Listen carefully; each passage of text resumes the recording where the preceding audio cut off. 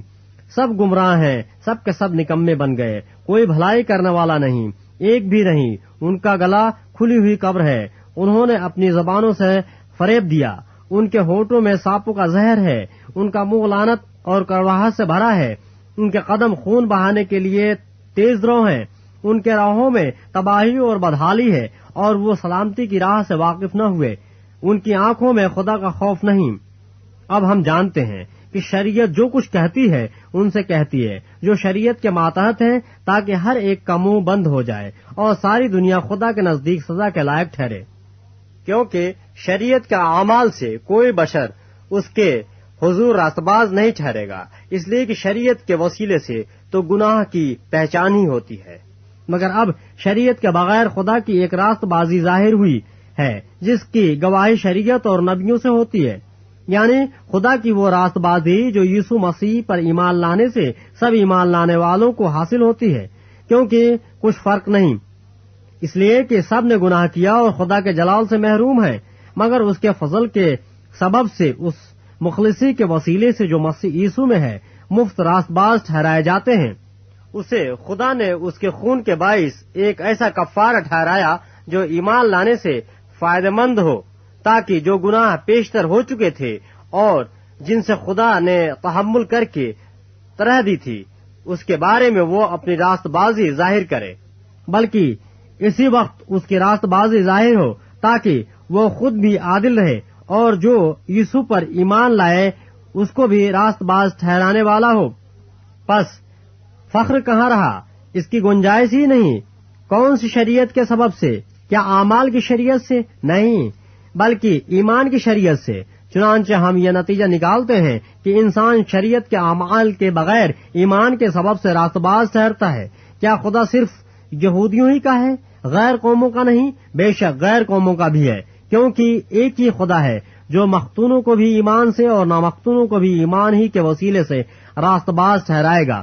پس کیا ہم شریعت کو ایمان سے باطل کرتے ہیں؟ ہرگز نہیں، بلکہ شریعت کو قائم رکھتے ہیں۔